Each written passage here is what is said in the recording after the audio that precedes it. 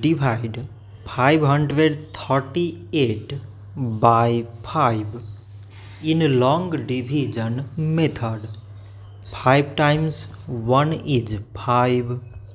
On subtracting we get 0. So now we put down this 3 and 5 times 0 mean 0. On subtracting we get 3. So again we put down this 8 and it is 38. 5 times 7 is 35.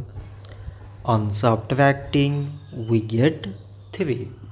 So now we have no any other number to put it down. So we take here decimal so that we put 0. So it is 30 and 5 times 6 is 30. On subtracting we get 0.